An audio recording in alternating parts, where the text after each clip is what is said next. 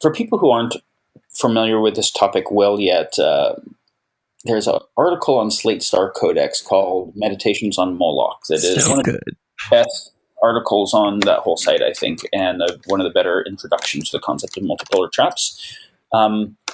I will share, whether we get to it on this podcast or another time, a different set of insights about a categorical solution to multipolar traps, but just so that people understand them a little bit and why they are so hard to get out of. You mentioned a couple examples, but I want to highlight the system dynamics a little bit more explicitly. Because as you said, this is actually not the source of one X risk. This is a generator function for all X risks, is one way of thinking about it. And so if we don't resolve it categorically, then we just kind of move the timescales a tiny bit.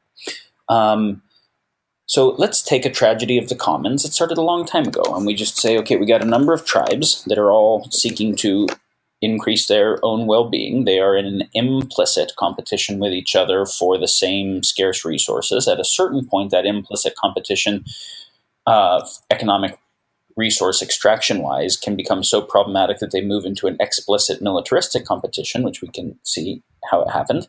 But let's just even start to take first, okay, I don't want to cut all the trees down because I actually really like the forest. I have a whole spirituality about our connection with nature, and we need the forest to live because that's where the animals live that we hunt, and etc. And I actually don't need that many trees. I just need a few trees.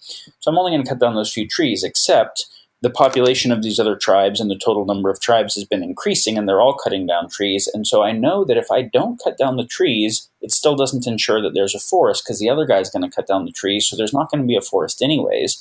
But he's actually my competitor because he's going to use those for weapons, weapon making, that if I don't also do so, he will actually end up killing my people, or he will be able to outlive us through a famine because of total amount of economic accumulation or whatever it is. So since I can't actually keep the forest because of those guys, and even if I tried to make a truce with this one tribe, there's this other tribe that we just can't even talk to. And so if anybody does the fucked up thing of cutting down a bunch of trees, then we are in a race to all get them first, to keep the other guy from having them, because there is no incentive in leaving them, and because then it's best for us to have them. So now we cut down a lot more trees than we need. And so, but they only do that because they're thinking the same thing about us. We're the fucked up other tribe to them, right? And so now we all realize that we have to increase how good our axes and saws are and how many people are cutting down forests to cut it down faster, because we're all racing to get that wood, or the pigs or the whales or the farmland or the whatever it is, right? And so now we are not just destroying the world upon which we depend. We are in a race to destroy it as fast as possible. And if we don't, we assume it will still get destroyed and it will be worse for us and we have no chance of winning, right? So this is a scenario where anyone does the fucked up thing and it sets a precedent for everyone else to actually be better off near term if they do the fucked up thing, even though it leads to everyone being worse off over the long term. So we have a decoupling of the incentive of each agent from the well-being of the other agents in the commons. And as a result, because of the interdependency with the commons, we have a decoupling of our own short-term advantage with our own long-term well-being. If I take the case of tragedy of the commons, we can see how recalcitrant and tricky those are. If we take the case of an arms race, we see the same thing. And the tricky part here is we say, okay, we haven't succeeded with nuclear deproliferation all that well. All that we have is more and more countries having existential level power, so we can't even have something like mutually assured destruction anymore. And so, and obviously exponential tech can make that non-state level actors and not even traceable types of dynamics. But now let's take a current example. Let's take AI weapons, right? Weaponized drones, etc. There is no general in the world that wants to live in the world where those weapons are ubiquitous. Yep. There's no military contractor, military hawk, whatever, who thinks that's actually a nicer world to live in. Everybody knows that our chance of all being killed by AI drones goes up if any of us fucking build the things. And so it is a comprehensively worse world for all of us and our kids and our grandkids. And yet, we're all going to build them as fast as we fucking can because the other guy's going to build them. And we say, well, okay, no, we need to create an agreement. And there are efforts being made to do this. But all that has to happen is one group doesn't join the agreement, and now we don't want them to get the weaponized drones first, so we got to do it.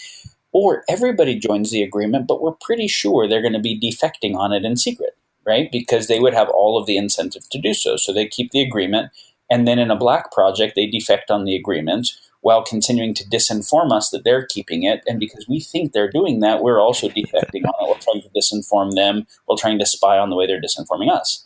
And now all of our resources are going to both making the world as bad as we can, as fast as we can, while disinforming each other and ruining the information ecology maximally, right? We will go extinct because of multipolar traps on our current trajectory. If we do not figure out how to solve them, these have been the dynamics that have led to the collapse of societies for as long as we've had societies. And it's just, when the Roman Empire fell, as big as it wasn't the whole world. When the Incan or the Mayan or the Egyptian or the Mesopotamian or the Aztec Empire fell, which they all fucking fell, it wasn't everything.